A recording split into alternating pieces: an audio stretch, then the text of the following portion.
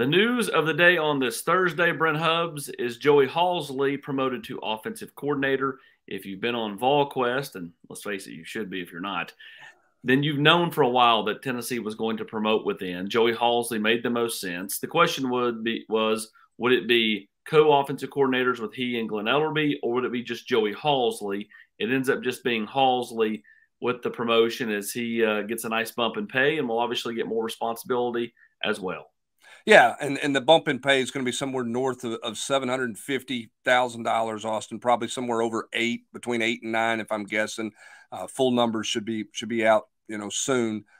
Made $400,000 last year, and so you're talking about doubling his pay, which means you double in the responsibilities, right? Josh Heupel made it very clear multiple times during the month of December, but in particular at the bowl site as Tennessee was preparing for the Orange Bowl and after the Orange Bowl, how comfortable he was with Joey Halzle, the rhythm he had with Joey, as well as Glenn Ellerbe, and how he didn't think they would miss a beat offensively.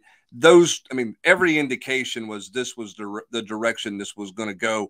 The question, as you mentioned, was would it be co-coordinators or not? It's not going to be co-coordinators. I think Glenn Ellerbe is very comfortable as just the O-line coach. And obviously this is a huge opportunity for Joey Halzle, not just financially, but to continue to grow in his career. Well, and he's been with Josh Heupel for so long. We're talking 15 years dating back to when he was a football player at Oklahoma.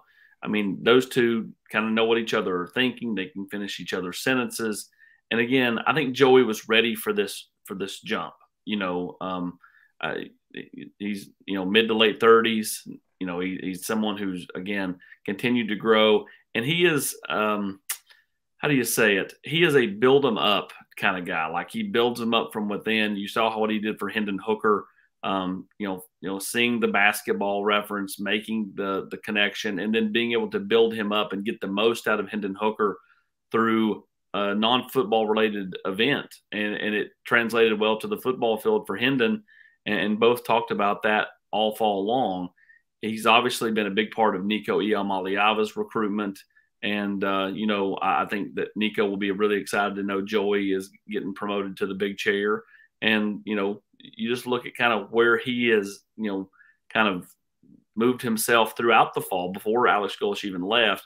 One of the more polished speakers, when he meets with the media. I think, sky's the limit. He just has to continue to bloom and blossom under Josh Heupel.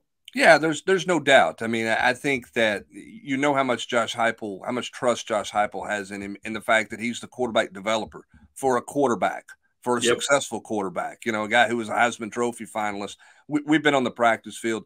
Josh Heupel's not in the middle of quarterback drills. Joey Halzle is doing individual quarterback development and is certainly a part of all those things. I think the biggest challenge for Joey is managing the room full of coaches.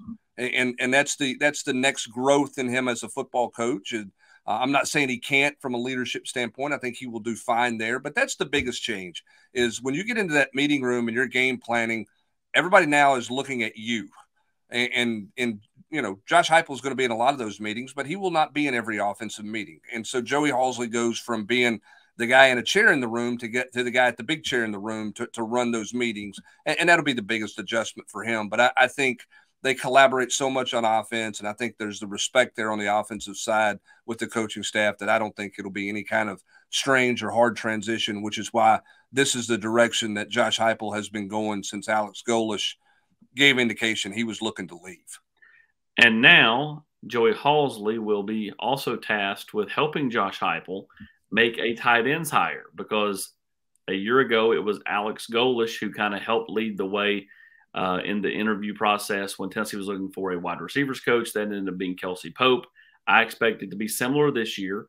Heupel oversees it, but it will be Joey Halzle who will be very involved and be meeting and talking with potential candidates for a tight ends job that now definitely is a tight ends job.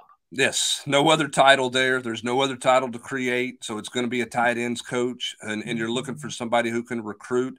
Austin, I don't think there's anybody on staff to promote. A year ago, the Kelsey Pope thing seemed a bit unusual at the time, but you had a veteran group of receivers who had great respect for Kelsey Pope, and that transition was very smooth. I don't think you have that in the tight end room.